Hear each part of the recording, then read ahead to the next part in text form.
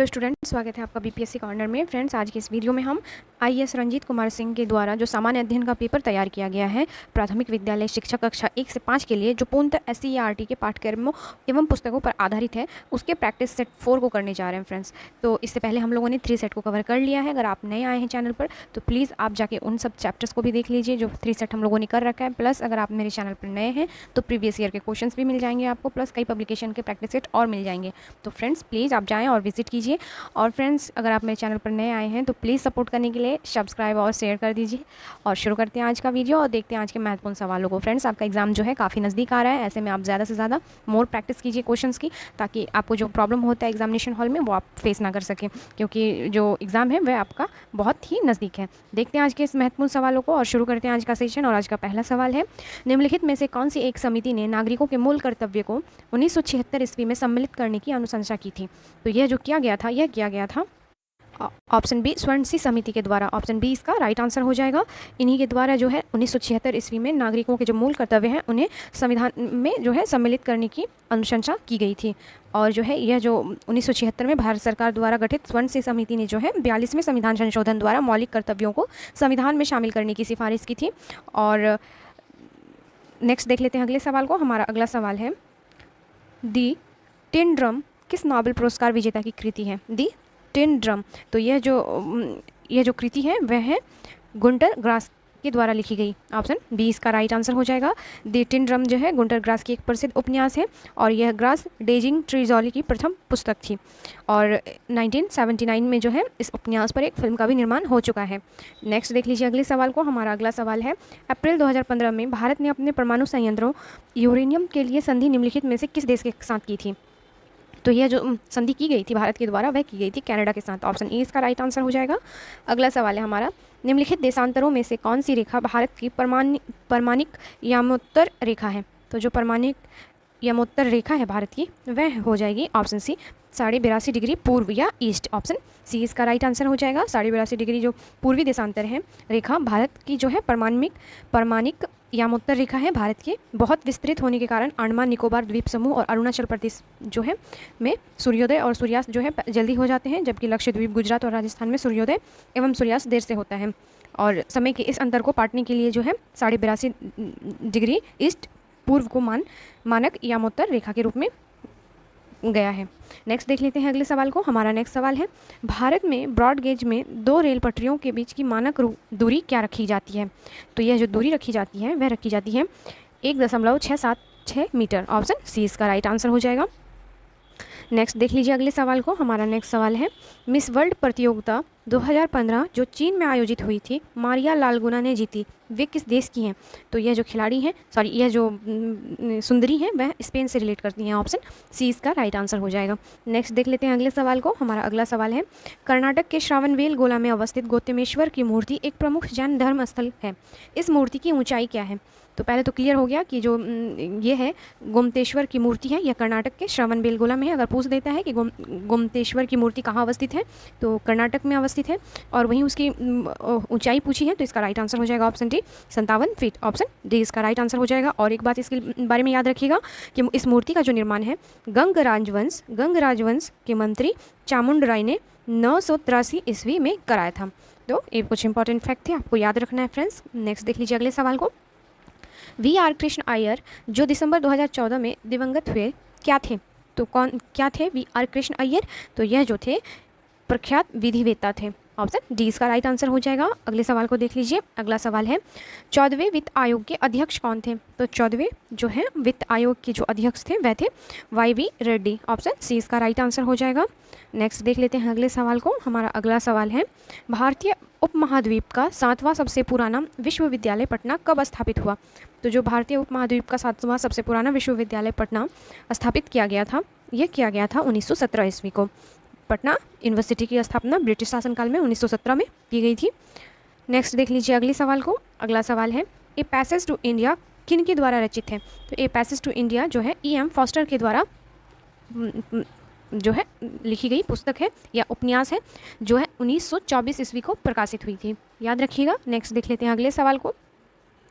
हमारा अगला सवाल है, संयुक्त राष्ट्र का जलवायु परिवर्तन सम्मेलन 2015 में कहाँ हुआ था? तो यह हुआ था ऑप्शन बी, पेरिस में। हमारा अगला सवाल है, among the believers, India, a million mutinies तथा एन एरिया ऑफ डार्कनेस पुस्तकों के लेखक कौन है? तो इनके लेखक जो है वी.एस. नायपॉल हैं। ऑप्शन डी इसका राइट आंसर हो जाएगा। नेक्स्ट सवाल है हमारा, एंजेलिक कर्बर ने 2016 ऑस्ट्रेलियन ओपन महिला वर्ग का फाइनल सेरेना विलियम्स को हराकर जीता, वे किस देश की निवासी हैं? तो जो पूछ रहा है एंजेलिक कर्बर किस देश की खिलाड़ी हैं, तो यह इसका राइट आंसर हो जाएगा जर्मनी की। ऑप्शन डी इसका राइट आंसर हो जाएगा। नेक्स्ट सवाल है हमारा, राजस्थान के बीकानेर में 15 जून 2015 को 50 डिग्री सेंटीग्रेड तापमान दर्ज किया गया, इसको फ़ारेनहाइट में कितना दिखाया जाएगा? तो जब हम इसको चेंज करेंगे तो इसका राइट आंसर हो जाएगा 122 डिग्री फ़ारेनहाइट। ऑप्शन ए इसका राइट आंसर हो जाएगा। अगला सवाल है हमारा, national mineral development corporation of India की हीरो की खान कहाँ है? तो जो हीरो की खान है वह हो जाएगा पन्ना में, और ये पन्ना कहाँ है? तो मध्य प्रदेश में। एनएमडीसी भारत सरकार के स्वामित्व वाली एकमात्र हीरा उत्पादक कंपनी है और यह मध्य प्रदेश के पन्ना में स्थित है। याद रखिएगा फ्रेंड्स, काफ़ी इंपॉर्टेंट क्वेश्चन है। पन्ना की जो खान है, खान से प्राप्त वाले जो हीरे हैं का उत्पादन करती है, और यह जो है विश्व में दक्षिण अफ्रीका की खानों से भी प्राप्त होने वाले हीरो की तुलना में दूसरे स्थान पर आते हैं। नेक्स्ट देख लीजिए अगले सवाल को, फिल्म पाथेर पांचाली किनके द्वारा निर्देशित थी? तो जो पाथेर पांचाली थी यह सत्यजीत रॉय के द्वारा निर्देशित की गई थी और यह एक बांग्ला फिल्म है। नेक्स्ट देख लेते हैं अगले सवाल को। सवाल है हमारा, अंतर्राष्ट्रीय योग दिवस कब मनाया जाता है? तो अंतर्राष्ट्रीय जो योग दिवस है वह 21 जून को मनाया जाता है। ऑप्शन सी इसका राइट आंसर हो जाएगा। और एक बात फ्रेंड्स, जब मैं वीडियो ये रिकॉर्ड कर रही हूँ तो ये 21 जून को कर रही हूँ, इसके अकॉर्डिंग जो है हमारा अंतर्राष्ट्रीय योग दिवस है। तो आप सभी को हैप्पी योगा डे। नेक्स्ट देख लेते हैं अगले सवाल को। हमारा अगला सवाल है, निम्नलिखित में कौन राजकोषीय नीति का एक घटक नहीं है? तो जो राजकोषीय नीति का घटक नहीं है वह हो जाएगा ऑप्शन सी इसका राइट आंसर हो जाएगा। जो व्यापार नीति है यह राजकोषीय नीति का एक घटक नहीं है। अगला सवाल है हमारा, गंगा की सहायक नदियां जो नीचे वर्णित हैं कौन उत्तर की ओर प्रभावित होती हैं? तो प्रवाहित जो होती है गंगा की जो नदियां हैं जो उत्तर की ओर प्रभावित होती हैं, तो यह है सोन नदी। ऑप्शन सी इसका राइट आंसर हो जाएगा। अगला सवाल है हमारा, 35वें राष्ट्रीय खेल जिसका प्रतीक चिन्ह गेट हॉर्नबिल था, कहाँ आयोजित किए गए थे? तो यह जो आयोजित किया गया था यह केरला में आयोजित किया गया था। अगला सवाल है हमारा, सर्वोच्च न्यायालय का न्यायाधीश अपना पद त्याग कर सकता है पत्र लिखकर, तो किसको पत्र लिखते हैं ये? तो ये लिखते हैं विधि मंत्री को। ऑप्शन डी इसका राइट आंसर हो जाएगा। नेक्स्ट सवाल को देख लेते हैं हम। हमारा अगला सवाल है, सॉरी फ्रेंड्स, ऑप्शन बी इसका राइट आंसर हो जाएगा, राष्ट्रपति को। सॉरी, ह्यूमन एरर है, सॉरी माफ़ कीजिएगा। सर्वोच्च न्यायालय का न्यायाधीश जो है अपना त्यागपत्र राष्ट्रपति को देते हैं। ऑप्शन बी इसका राइट आंसर हो जाएगा।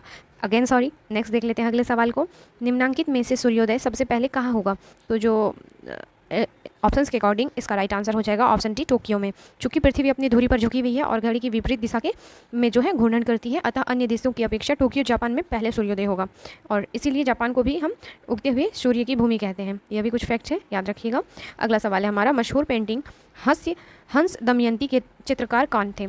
तो इनके जो चित्रकार थे वह थे राजा रवि वर्मा। ऑप्शन बी इसका राइट आंसर हो जाएगा। फ्रेंड्स, ये क्वेश्चन जो है हिंदी के लेवल में बहुत बार पूछा जा चुका है, आप इसको क्वेश्चन को अच्छे से याद रखिएगा। हमारा अगला सवाल है, निम्नलिखित पुस्तकों में से कौन सी पुस्तक फणीश्वर नाथ रेणु द्वारा रचित है? तो जो फणीश्वर नाथ रेणु के द्वारा रचित पुस्तक है वह है मैला आंचल। ऑप्शन सी इसका राइट आंसर हो जाएगा। अगला सवाल है हमारा, निर्वाचन आयुक्त को पद से हटाया जा सकता है? तो का आंसर हो जाएगा ऑप्शन डी, उपयुक्त में से कोई नहीं, क्योंकि सर्वोच्च न्यायालय के न्यायाधीश की तरह ही भारत के जो मुख्य चुनावी आयुक्त होते हैं को केवल महाभियोग द्वारा ही पद से हटाया जा सकता है। नेक्स्ट देख लेते हैं अगले सवाल को। हमारा अगला सवाल है, नीचे दिए गए स्तंभों में राज्यों के नाम और वहाँ की अवस्थिति न्यूक्लियर रिएक्टरों के नाम दिए गए हैं, सही मिलान दिए गए विकल्पों में क्या होगा? तो हमें जब मिलाएंगे तब इसका आंसर बताना है आपको फ्रेंड्स। कि कर्नाटक में कौन सा जो है वह अवस्थित है परमाणु जो न्यूक्लियर रिएक्टर है वह कहाँ अवस्थित है, कौन से स्टेट में अवस्थित है? तो जब आप मिलाएंगे तो पाएंगे जो कर्नाटक है वह हो जाएगा कैगा में। ऑप्शन जो है ए का 2 हो जाएगा। तमिलनाडु जो है कुल्लम में हो जाएगा। उत्तर प्रदेश का जो हो जाएगा नरोरा, और वहीं गुजरात का हो जाएगा काकरा पार। ऑप्शन 3। तो इसके अकॉर्डिंग आंसर जो है ऑप्शन ए आ जाएगा हमारा। नेक्स्ट देख लीजिए अगले सवाल को, राज्यसभा के संदर्भ में कौन सा कथन सही नहीं है? तो राज्यसभा के बारे में जो कथन सही नहीं है, ऑप्शंस को पढ़ने पर आप पाएंगे कि जो ऑप्शन सी है, राज्यसभा का गठन 1958 में हुआ था, यह कथन जो है गलत है, क्योंकि जो राज्यसभा का गठन है वह 3 अप्रैल 1952 को हुआ था। याद रखिएगा फ्रेंड्स, काफ़ी इंपॉर्टेंट है। और जो है पहली इस बार विधिवत रूप से इसका गठन किया गया था 3 अप्रैल 1952 को, और इसकी पहली बैठक जो है 13 मई 1952 को हुई थी। अगला सवाल है हमारा, टाइगर वुड किस खेल से संबंधित है? तो यह संबंधित है गोल्फ से। ऑप्शन ए इसका राइट आंसर हो जाएगा। नेक्स्ट देख लेते हैं अगले सवाल को। हमारा नेक्स्ट सवाल है, ब्राज़ील में नवजात शिशुओं में पाए गए माइक्रोसेफली या लघु शीर्षता के लक्षणों का क्या कारण है? तो इसका जो कारण है वह है जीका वायरस। ऑप्शन ए इसका राइट आंसर हो जाएगा। हमारा अगला सवाल है, जोआकिन गुजमैन उर्फ अल चापो गुजमैन है एक, तो क्या है ये? तो ये है मैक्सिको का नशीली दवाओं का तस्कर है ये। ऑप्शन बी इसका राइट आंसर हो जाएगा। नेक्स्ट सवाल है हमारा, यदि राष्ट्रपति एवं उपराष्ट्रपति अक्षम हो तथा या अथवा उनकी मृत्यु कार्यकाल में हो जाए तो कार्यकारी राष्ट्रपति कौन होंगे? तो इनकी अनुपस्थिति में जो होंगे कार्यकारी राष्ट्रपति होंगे वह होंगे सर्वोच्च न्यायालय के मुख्य न्यायाधीश। ऑप्शन बी इसका राइट आंसर हो जाएगा। नेक्स्ट है, वर्ष 2015 में गठित नीति आयोग के उपाध्यक्ष कौन है? तो जो 2015 को नीति आयोग का गठन किया गया था तब के हिसाब से जो नीति आयोग के अध्यक्ष थे वह थे अरविंद पनगरिया। ऑप्शन बी इसका राइट आंसर हो जाएगा। नेक्स्ट देख लेते हैं अगले सवाल को। हमारा अगला सवाल है, भारतीय नौसेना तथा वायुसेना ने 2015 में ऑपरेशन राहत चलाकर भारतीयों तथा अन्य को एक देश से निकाला था। सही देश चुनना है जहां से यह ऑपरेशन चलाया गया था। तो यह जो देश है वह है यमन। ऑप्शन डी इसका राइट आंसर हो जाएगा। नेक्स्ट सवाल को देख लीजिए, बोको हरम क्या है? तो बोको हरम जो है एक प्रकार का नाइजीरिया का आतंकवादी संगठन है। ऑप्शन डी इसका राइट आंसर हो जाएगा। अगला सवाल है, मरणोपरांत प्रथम भारत रत्न किन्हें दिया गया? तो मरणोपरांत भारत रत्न जो दिया गया था यह दिया गया था लाल बहादुर शास्त्री को। ऑप्शन जो डी है वह राइट हो जाएगा। और जो है 1962 ईस्वी को जो है उन्हें भारत के सर्वोच्च सम्मान से सम्मानित किया गया था। अगला सवाल है हमारा, भारत में प्रथम न्यूक्लियर विस्फोट 1974 ईस्वी में कहाँ किया गया था? तो जो न्यूक्लियर विस्फोट 1974 को किया गया था यह पोखरण में किया गया था। भारत में प्रथम परमाणु परीक्षण 18 मई 1974 ईस्वी को राजस्थान के पोखरण में किया गया था। और इस परीक्षण को क्या नाम दिया गया था? तो याद रखिएगा, स्माइलिंग बुद्धा। हमारा अगला सवाल है, निम्नलिखित नदियों में से किसका उद्गम भारत में नहीं है? तो जो सतलज नदी है इसका उद्गम स्थल जो है राकसताल के निकट है तिब्बत में। तो इसका आंसर हो जाएगा ऑप्शन ए, सतलज का जो उद्गम स्थल है वह भारत में नहीं है। अगला सवाल है, भारत के सुप्रीम कोर्ट के संदर्भ में कौन सा कथन सही है? तो जो कथन सही है वह है इसका मूल अपीलीय और परामर्श संबंधी क्षेत्राधिकार है। ऑप्शन डी इसका राइट आंसर हो जाएगा। नेक्स्ट देख लीजिए अगले सवाल को, जल्लीकट्टू साड़ों की लड़ाई किस राज्य से संबंधित है? तो यह जो संबंधित है यह तमिलनाडु से। जल्लीकट्टू का जो आयोजन होता है वह तमिलनाडु मंटू पोंगल के अवसर पर किया जाता है और यह बैलों की लड़ाई का खेल होता है। नेक्स्ट देख लीजिए अगले सवाल को। हमारा अगला सवाल है, निम्नलिखित में कौन दो नदियां अमरकंटक से उद्गमित होती हैं? तो जो अमरकंटक से निकलती हैं नदियां यह है नर्मदा तथा सोन। ऑप्शन बी इसका राइट आंसर हो जाएगा। हमारा अगला सवाल है, कौन सा स्थान ब्रह्मा के मंदिर तथा पशुओं के मेले के लिए प्रसिद्ध है? तो यह जो प्रसिद्ध है यह है पुष्कर। ऑप्शन ए इसका राइट आंसर हो जाएगा। राजस्थान के अजमेर जिले में स्थित पुष्कर ब्राह्मण रचयिता भगवान ब्रह्मा के एकमात्र मंदिर तथा प्रतिवर्ष नवंबर के महीने में लगने वाले ऊंट मेलों के लिए जाना जाता है। हमारा अगला सवाल है, भारत का पहला ऑर्गेनिक राज्य है? तो भारत का जो पहला ऑर्गेनिक राज्य है यह कोई और नहीं सिक्किम राज्य है। नेक्स्ट देख लेते हैं अगले सवाल को। हमारा अगला सवाल है, उच्छृंखल कानून कोई कानून नहीं है, भारत के सर्वोच्च न्यायालय ने किस मामले में इस सिद्धांत को संपुष्ट किया था? तो यह किया गया था ऑप्शन जो है बी, मेनका गांधी केस। इसमें यह कहा गया था जो है कि उच्छृंखल जो है कानून कोई कानून नहीं है।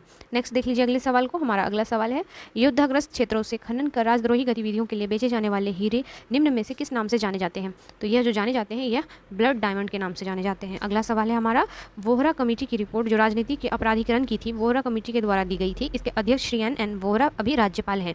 तो ये कहाँ के राज्यपाल हैं? तो ये जम्मू कश्मीर के। नेक्स्ट देख लीजिए अगले सवाल को। हमारा अगला सवाल है, शराबबंदी संविधान की किस धारा में निर्देशित है? तो यह निर्देशित है धारा 47 में। ऑप्शन ए इसका राइट आंसर हो जाएगा। और यह राज्य के नीति निर्देशक सिद्धांतों के अनुच्छेद 47 के अंतर्गत उल्लेख है कि चिकित्सा के उद्देश्य से प्रयुक्त होने वाली औषधि के अलावा स्वास्थ्य को हानि पहुंचाने वाले नशीले पेय पदार्थों और दवाइयों पर जो है राज्य द्वारा प्रतिबंध लगाया जा सकता है।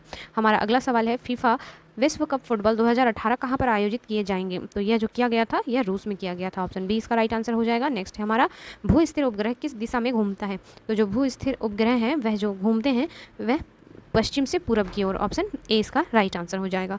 नेक्स्ट देख लेते हैं अगले सवाल को।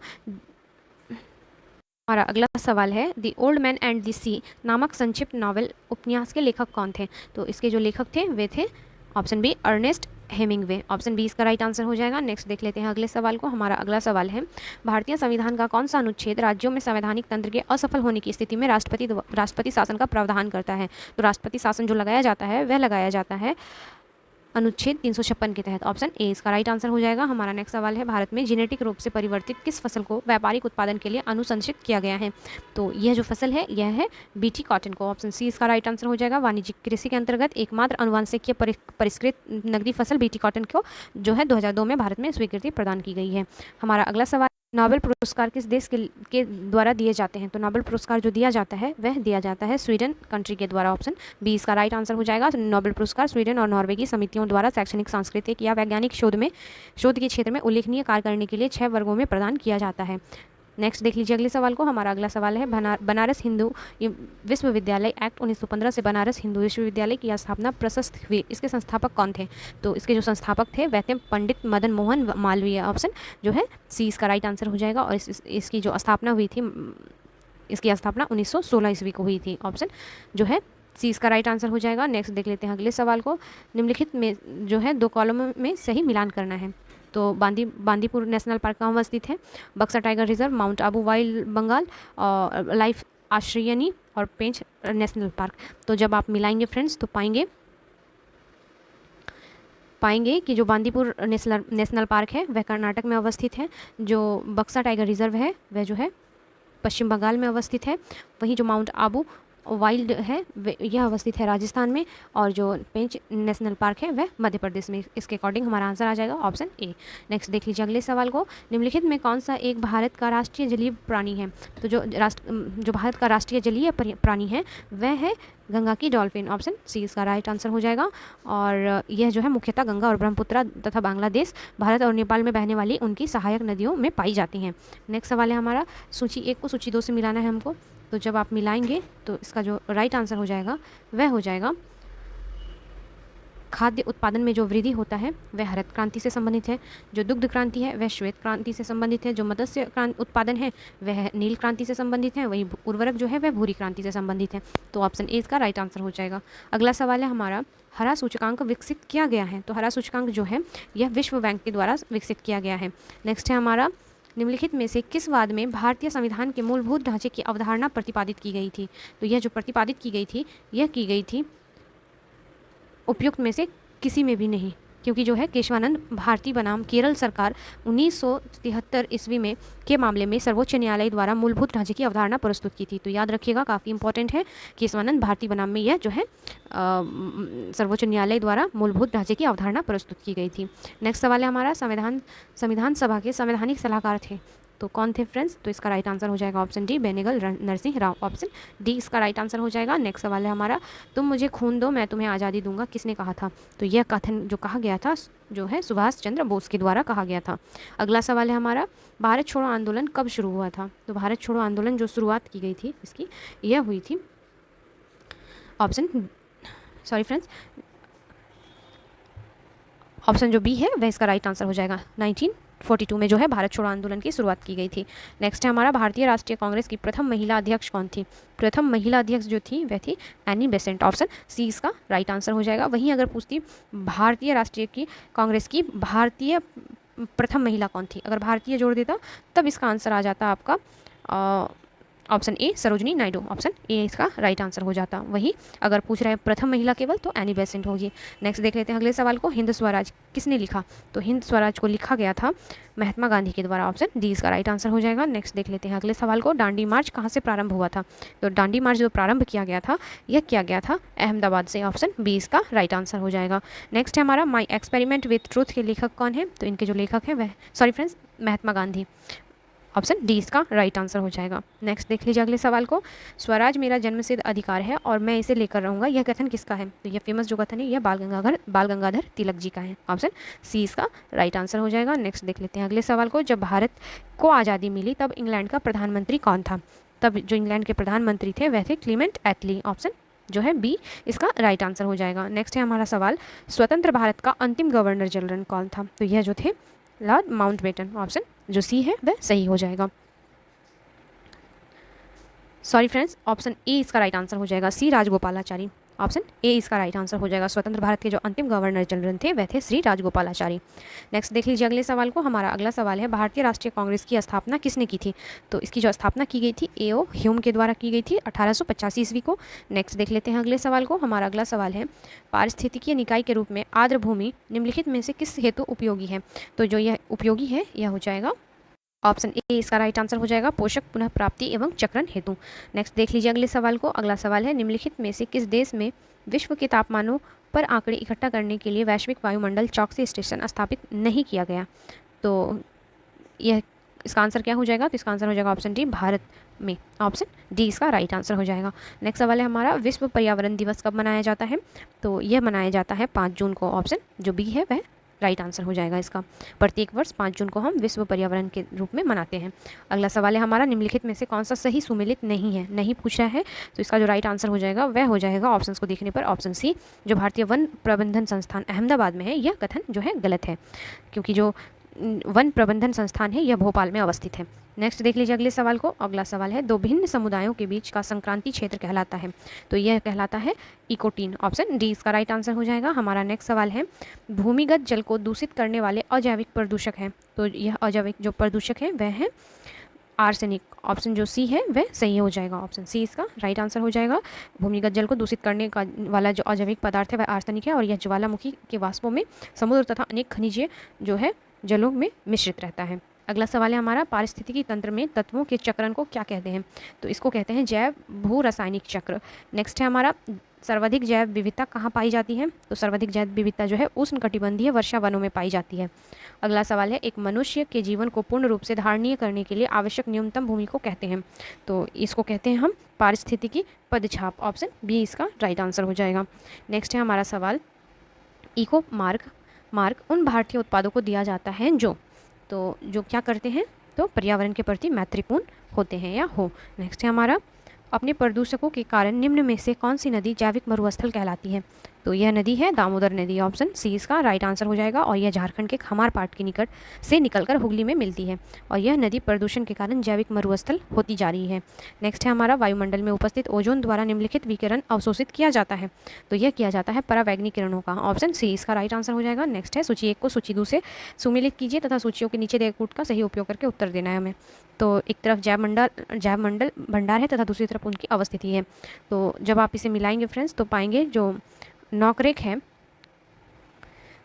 है वह मेघालय में अवस्थित है, जो मानस है वह असम में अवस्थित है, जो दिहांग बिहांग है वह अरुणाचल प्रदेश में अवस्थित है, वही अगस्ता मलाई जो है वह केरल में अवस्थित है। याद रखिएगा, तब इसका आंसर हो जाएगा हमारा ऑप्शन बी। ऑप्शन बी इसका राइट आंसर हो जाएगा। नेक्स्ट है हमारा किस स्तर डेसिबल से अधिक की ध्वनि खतरनाक ध्वनि प्रदूषण कहलाता है? तो यह जो है 80 डेसिबल से अधिक ध्वनि को हम जो है प्रदूषण ध्वनि कहते हैं। नेक्स्ट है हमारा निम्नलिखित में कौन सी जैव विविधता के संरक्षण के लिए महत्वपूर्ण रणनीति है? तो यह जो रणनीति है वह जैव मंडल रिजर्व है। नेक्स्ट है हमारा सवाल निम्नलिखित में कौन सा पदार्थ सर्वाधिक तापन उत्पन्न करने में योगदान नहीं करता है? तो जो सर्वाधिक तापन उत्पन्न करने में मदद नहीं करता है वह गैस हो जाएगा। ऑप्शन ए सल्फर तथा नाइट्रोजन के ऑक्साइड।